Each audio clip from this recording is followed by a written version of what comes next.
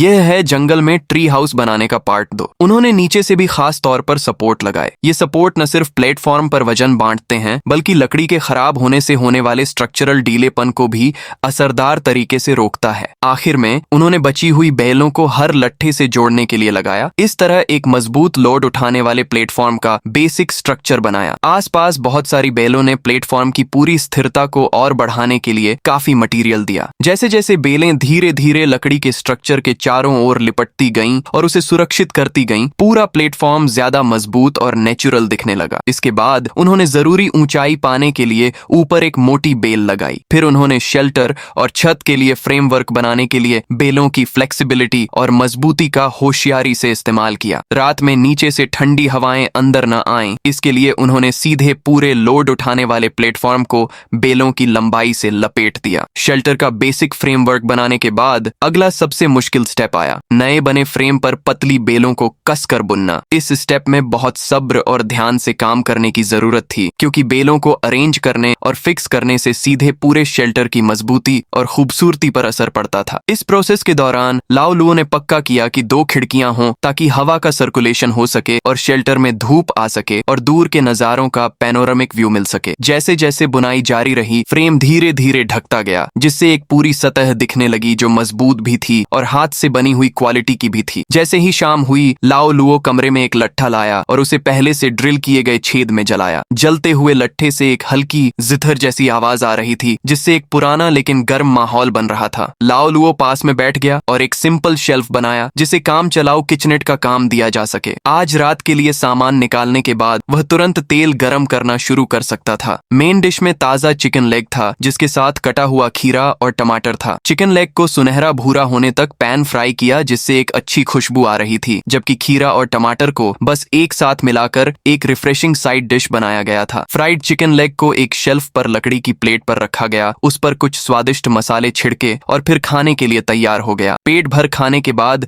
1 cup गर्म चाय का मजा लिया गया, जिससे कोई भी आराम से बाहर के अच्छे समय का मजा ले सके। जल्द ही उसे नींद आने लगी और लाओ लुओ ने जल्दी से रात के लिए अपना स्लीपिंग बैग पैक किया और आने वाले वाटर प्रूफिंग और इंसुलेशन के काम की तैयारी में जल्दी सो गया।